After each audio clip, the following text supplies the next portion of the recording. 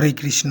প্রিয় দর্শক, আত্মা আছে এই কথাটি সারা পৃথিবীর সমস্ত ধর্মের মানুষ এবং সমস্ত ধর্ম গ্রন্থই স্বীকার করে, কিন্তু এই আত্মা সম্বন্ধে হিন্দু ধর্ম গ্রন্থে যেভাবে সঠিক এবং বিস্তারিত বর্ণনা পাওয়া যায়, অন্য কোনো ধর্মশাস্ত্রে তা পাওয়া যায় না। একমাত্র হিন্দু ধর্মেই পুনর্জন্ম এবং জন্মের পর এই সব কথাগুলি ব্যবহার করা হয় এবং এগুলি সত্যতার প্রমাণও পাওয়া যায়। আপনি ইউটিউব সার্চ করলেই দেখতে পাবেন পৃথিবীর প্রায় সব ধর্মের কোনো না কোনো জায়গায় কোনো ছেলে বা মেয়ে জন্ম নিয়েছে, সে তার পূর্বজন্মের কথা বলছে এবং পরীক্ষায় তা প্রমাণও পাওয়া যায়। নোবেল জয়ী একজন সিঙ্গার আইজ্যাক ব্যাসেভিস প্রায়ই অতীত জন্ম, পূর্বজন্ম এবং আত্মার অমরত্ব সম্বন্ধে বলেন। তিনি বলেন, মৃত্যু বলে কিছুই নেই। মৃত্যু ঘটবে কীভাবে? প্রতিটি জীবসত্তা যদি ভগবানের অংশ হয়, আত্মার কখনোই মৃত্যু হয় না, আর দেহ কখনোই জীবিত নয়। আবার প্রসিদ্ধ বিজ্ঞানী বেঞ্জামিন ফ্রাঙ্কলিন এ বিষয়ে তার সুদৃঢ় বিশ্বাস ব্যক্ত করে লিখেছেন, নিজেকে এই জগতে অস্তিত্বশীল দেখে আমার এটা মনে হয় যে আমি সবসময় অস্তিত্বশীল।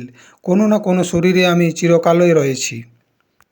এরা কিন্তু কেউই হিন্দু ধর্মের মানুষ নয়, তবু এরা কিন্তু দৃঢ় বিশ্বাস করেছেন যে আত্মা আছে এবং আত্মা দেহ পরিবর্তন করে।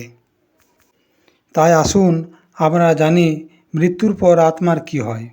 যখন আমরা জন্মান্তর তথ্য উপলব্ধি করি, তাকে সত্যি বলে স্বীকার করি, তখন স্বভাবতই এটি সুস্পষ্ট হয়ে ওঠে যে আমরা এই দেহ নই, আমরা চিন্ময় আত্মা। কিন্তু ঘুম থেকে উঠে সকালে জেগে ওঠার পর থেকে সারাদিন রাত্রে শোবার সময় পর্যন্ত আমরা যা কিছু করে থাকি, অর্থ রোজগার করা, খাওয়া, ঘুমানো, সন্তান উৎপাদন করা, আত্মরক্ষা বন্দোবস্ত করা, আমোদ প্রমোদ করা, এসবই আমরা করে থাকি দেহের জন্য, যেটি কেবল একটি পোশাক ছাড়া আর কিছুই নয়। যখন দেহ পোশাকটি জীর্ণ হয়ে যায়, আমাদের সঞ্চিত অর্থ, সম্পদ, সম্পত্তি, আত্মীয় স্বজন, পুত্র পরিজন, এমনকি সকল কর্মাবর্তের কেন্দ্রবিন্দু স্বরূপ অতি প্রিয় এই দেহটিকেও মৃত্যু নিষ্ঠুরভাবে ছিনিয়ে নেয়। আত্মাকে দেহ থেকে বের করে দেওয়া হয়। তারপর আত্মা পূর্ব দেহকৃত কর্মফল অনুসারে অন্যত্র কোনো একটি শরীর গ্রহণ করে থাকে। একটি দেহ ত্যাগ করার সময় আত্মা পুরোপুরি জড় আবরণ বা শরীর পোশাক থেকে মুক্ত হয় না। স্থূল শরীরটি চলে গেলেও মন, বুদ্ধি ও অহংকার, এই তিনটি সূক্ষ্ম অদৃশ্য জড় উপাদানে নির্মিত শরীরটি থাকে।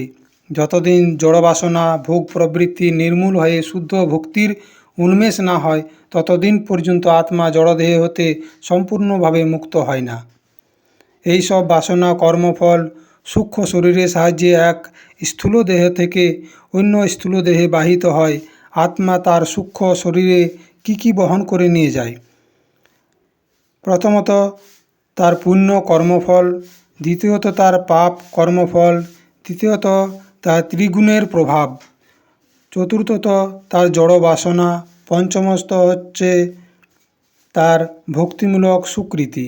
এগুলির মধ্যে প্রথম দুটির ফল ভোগ করতে হয়। তৃতীয়টি অর্থাৎ বিভিন্ন মাত্রায় ত্রিগুণের প্রভাবে বিশেষ ধরনের শরীর এবং স্বভাবের লাভ হয়। চতুর্থটি অর্থাৎ জড়বাসনা জড় শরীর লাভকে সুনিশ্চিত করে এবং পঞ্চম অর্থাৎ ভক্তিমূলক সুকৃতি বা সেবাকর্ম আত্মাকে সমস্ত কর্মফল, গুণ প্রভাব, জড়বন্ধন থেকে মুক্ত করে ভগবদ্ধামে নীত করে, যেখানে তিনি সরাসরি ভগবানের সঙ্গে নিত্য লীলাবিলাসে অংশগ্রহণ করতে পারেন।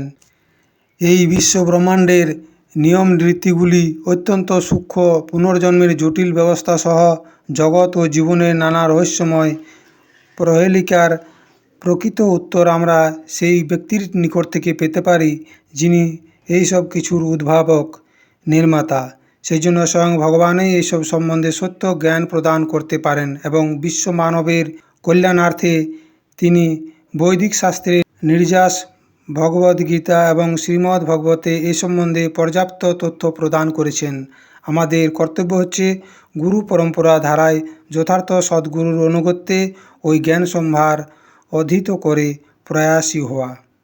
প্রিয় দর্শক, আপনি যদি আমার চ্যানেলে নতুন হয়ে থাকেন তবে চ্যানেলটি সাবস্ক্রাইব করে সঙ্গে থাকুন এবং লাইক, কমেন্ট ও শেয়ার করতে ভুলবেন না। ধন্যবাদ।